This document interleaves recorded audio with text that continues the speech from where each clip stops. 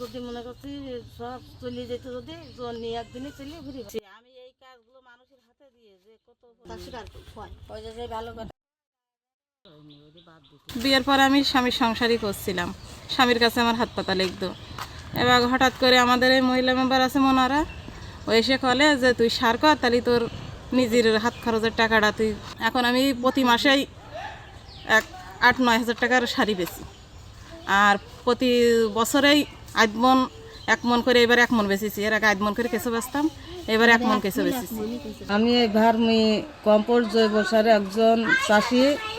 আমি 2007 সাল থেকে এই ভার্মি কম্পোস্টটা শুরু করেছি।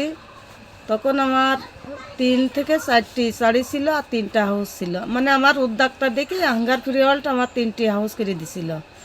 আর আমার গরু ছিল না, আমি গোবর কুড়াইয়ে কুড়াইয়ে এই সারটা করতাম। এখন আমার এই 1 পা 2 পা করতে করতে এখন আমার প্রায় 250-300 শাড়ি। আমি প্রতি মাসে 25 থেকে 30 হাজার টাকা আমার ইনকাম আসে।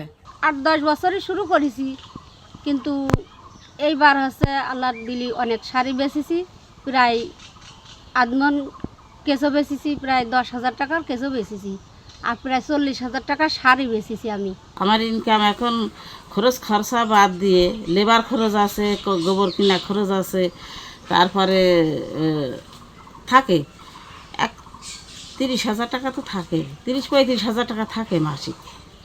আমরা উপজেলা কৃষি অফিসারের কার্যালয়ের পক্ষ থেকে আমাদের নারী উদ্যোক্তাদেরকে আমরা পরামর্শ প্রদান করছি, আমাদের প্রকল্পের মাধ্যমে প্রশিক্ষণের আয়োজন করছি এবং তাদেরকে এই যে উৎপাদিত পণ্য এটি বিক্রির জন্য সহযোগিতা করছি।